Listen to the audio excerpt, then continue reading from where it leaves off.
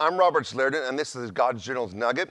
This month on our social media platforms, we've been highlighting the gift of prophecy by bringing to your awareness and some of you remembrances of prophecies that have been spoken in the past that were famous and fulfilled, and prophecies that are still speaking today that have not been fulfilled, and making you aware of them again.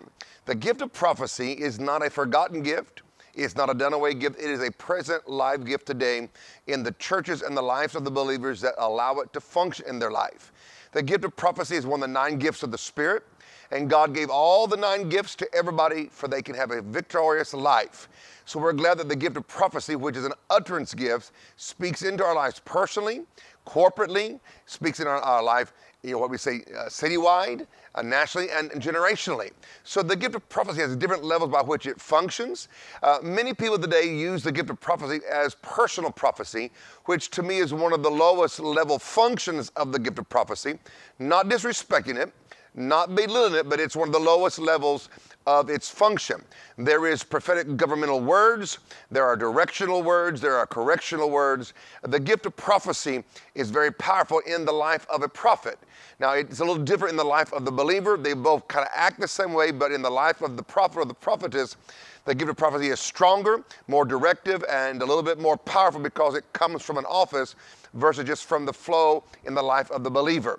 So I wanted to make sure that as you go through this month, we've been highlighting, like last week we highlighted the full gospel businessman Demas Shakarian Armenian prophecy that led a great exodus from Armenia to America for the great persecution and the great, I guess it's the martyrism of some of the believers there.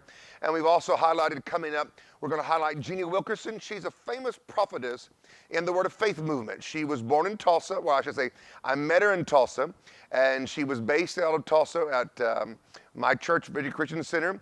She was one of the great prophetess that Kenneth Hagin would yield to and submit to. I've been in meetings that when she was just sitting in the crowd, Brother Hagin would stop and say, I can sense Sister Wilkerson in the auditorium. Where are you at? I can't find you.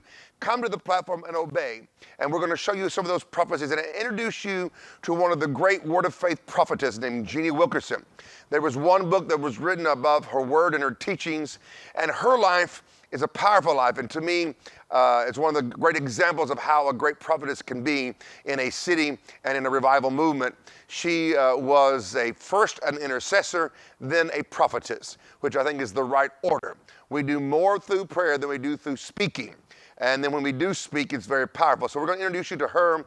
And there's another woman named Clara Grace, a great prophetess that had her ministry in the 70s, the charismatic movement before she died. And she actually prophesied the Word of Faith revival. And there was a meeting in Tulsa, a very small meeting of Brother Hagin's. And she was there speaking.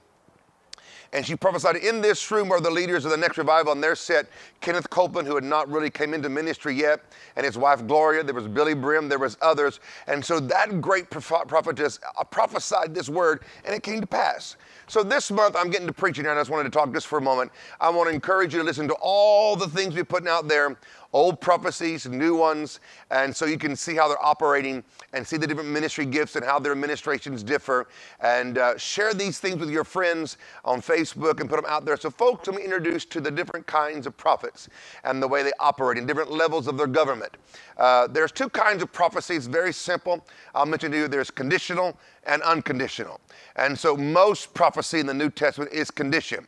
For example, using a scripture as a basis to illustrate this point, Isaiah 1:19, if you're willing and obedient, you'll eat the good of the land. Well, you won't get the good of the land unless you're willing and obedient. Some people are obedient, but they're not willing. Some people are willing, but they don't follow through. So there is the condition. If you're willing at heart and you obey and do the natural, then you'll eat the good of the land. That's called a conditional word. So when you receive a prophecy, listen to the conditions. Have I met them? Are they working? Do I need to review them and get them going in my life? And if so you'll fulfill your part of the condition of the prophecy.